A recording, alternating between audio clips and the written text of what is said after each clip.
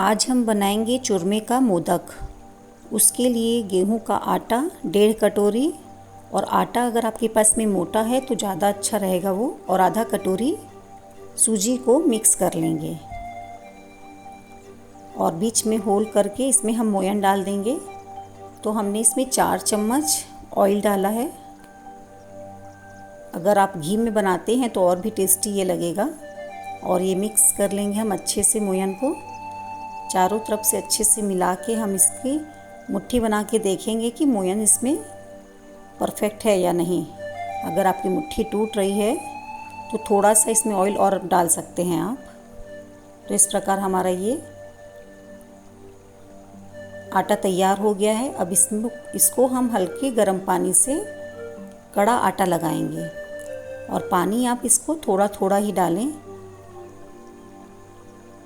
इस प्रकार से ये हमारा कड़ा आटा तैयार हो रहा है। आप बनाकर देख लें कि इस प्रकार की मुठियाँ बन रही है या नहीं। अगर आटा टूट रहा है तो थोड़ा सा इसको और मसल लें आप। अब इसमें हम थोड़ा सा ऑयल लगा के 10 मिनट के लिए रेस्ट कर देंगे, जिससे कि हमारा आटा सेट हो जाएगा, सूजी भी फूल जाएगी।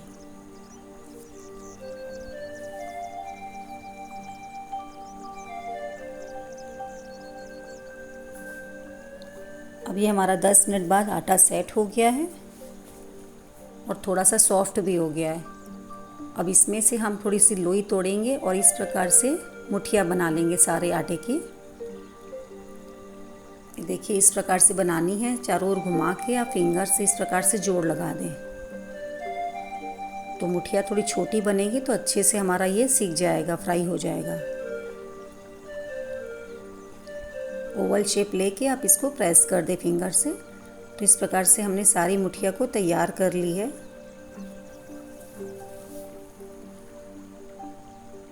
अब हमने एक कढ़ाई में ऑयल को गरम कर लिया है। ऑयल ज़्यादा गरम ना करें, हल्का ही गरम में आप इसको डालें।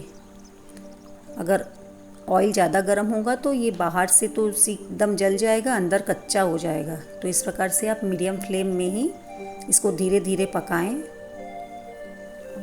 और हमने इसमें सारी मुठियाँ डाल दी है। अब इसको बीच बीच में हम पलटते रहेंगे।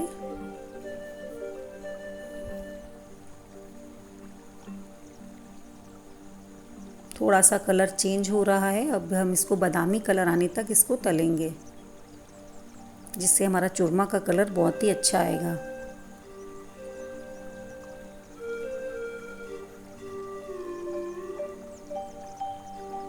ये हमारा पूरा मुठिया तैयार हो गया है, एकदम अच्छा कलर इसमें आ चुका है।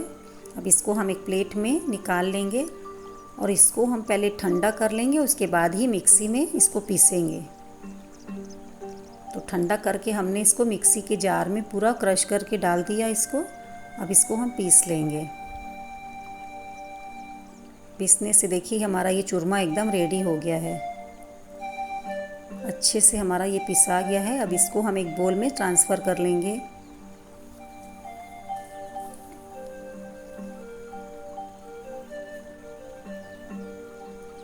अब हम एक पैन में ये 2 चम्मच घी डाले हैं।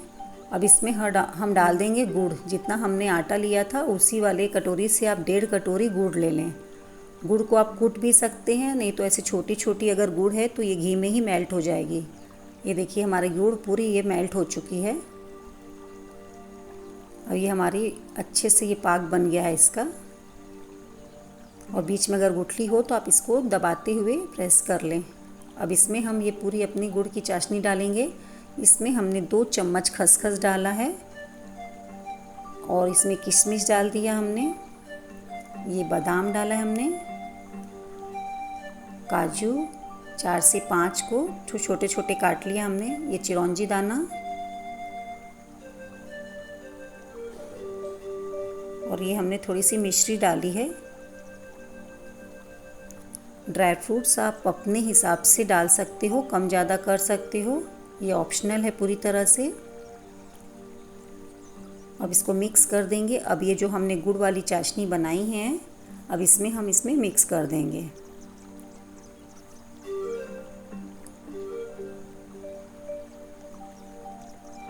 अब अब इसको अच्छी तरह से पूरे चूरमे में हम इसको मिला लेंगे, गुड़ की चाशनी को।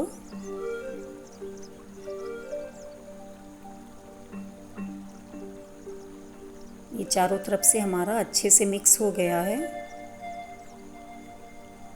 अब हम इसका मोदक बनाएंगे। तो आप इसका हाथ में ले लें, ऐसे गोल आकार कर लें और इसको शेप देते हुए मोदक का, ये चूरमा मोदक हमारा रेडी हो गया है। अगर आपके पास सांचा है तो आप उसमें ये वाला डो डाल के जैसे गुजिया बनाते हैं उसी प्रोसेस से आप बना सकते हैं। और अगर आपके पास में तुरंत अभी अवेलेबल नहीं है तो हाथ से इस प्रकार से बना सकते हैं। तो गणेश चतुर्थी में चूरमा मोदक बना के गणेश जी को भोग लगाएं, सभी को खिलाएं और गणेश चतुर्थी का आनंद लें। तो ये हमारा चूरमा मोदक एकदम रेडी हो गया है। बिगनर्स फ्रेंड्स ज़रूर बनाएं इसको।